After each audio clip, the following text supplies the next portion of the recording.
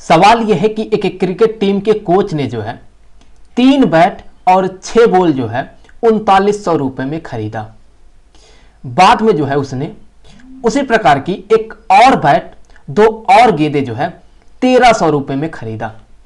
तो इस सिचुएशन को जो है हमें अलजेब्रिकली और ज्योमेट्रिकली जो है यहां पर रिप्रेजेंट करना है।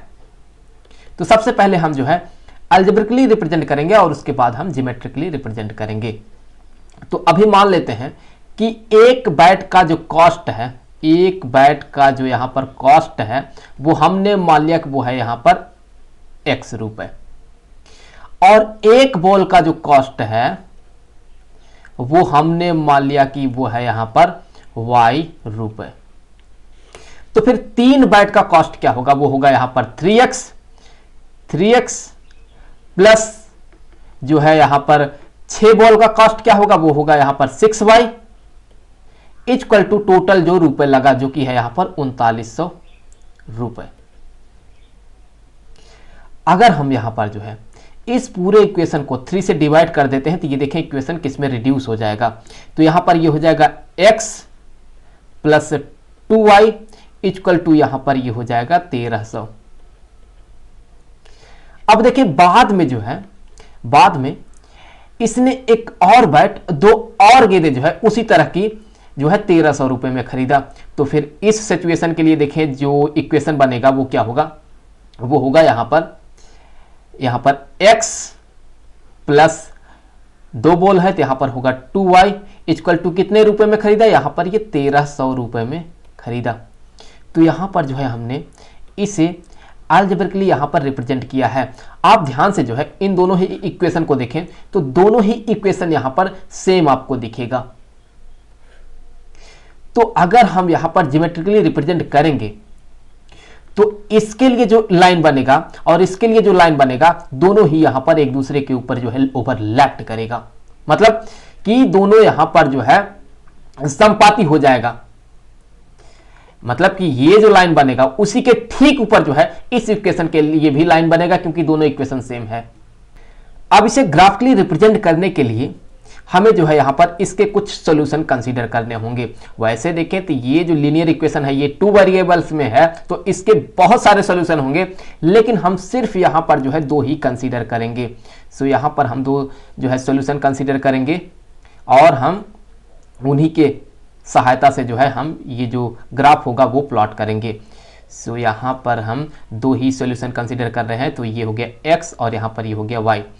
अब अगर हम जो है यहां पर इस इक्वेशन में या कहें इस इक्वेशन में, इक्वेशन तो दोनों सेम है, तो अब अगर हम x के जगह पर जो है 100 रख देते हैं, अगर हम x का वैल्यू 100 मानते हैं तो फिर देखिए y का वैल्यू क्या आएगा। अगर हम यहां पर 100 रखेंगे और फिर इस 100 को उस साइड भेज देंगे तो 1300 में अगर आप 100 को घटाते हैं तो आपको मिलेगा 1200, और फिर अगर आप उसी 1200 को जो है 2 से डिवाइड कर देते हैं तो आपको मिलेगा 600। तो वो जो 600 होगा वो y का ही वैल्यू होगा। तो यहां पर ये हो गया 600। अब अगर आप जो है x के जगह पर 500 रख देते हैं 500, तो उस केस में देखिए यहां पर y का वैल्यू क्या मिलेगा।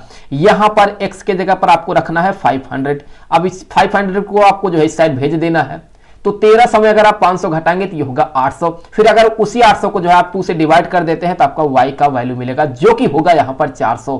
तो ये हो गया यहां पर 400।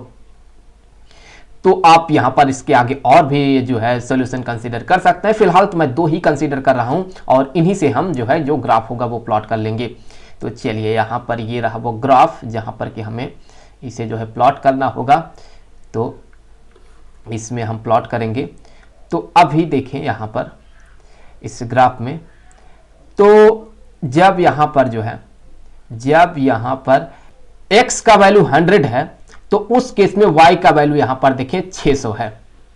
तो x का वैल्यू यहां पर देखें इस पॉइंट पर 100 होगा और y का वैल्यू यहां पर इस पॉइंट पर जो है 600 होगा। तो इसके लिए जो हमें पॉइंट मिला वो यहां पर मिला।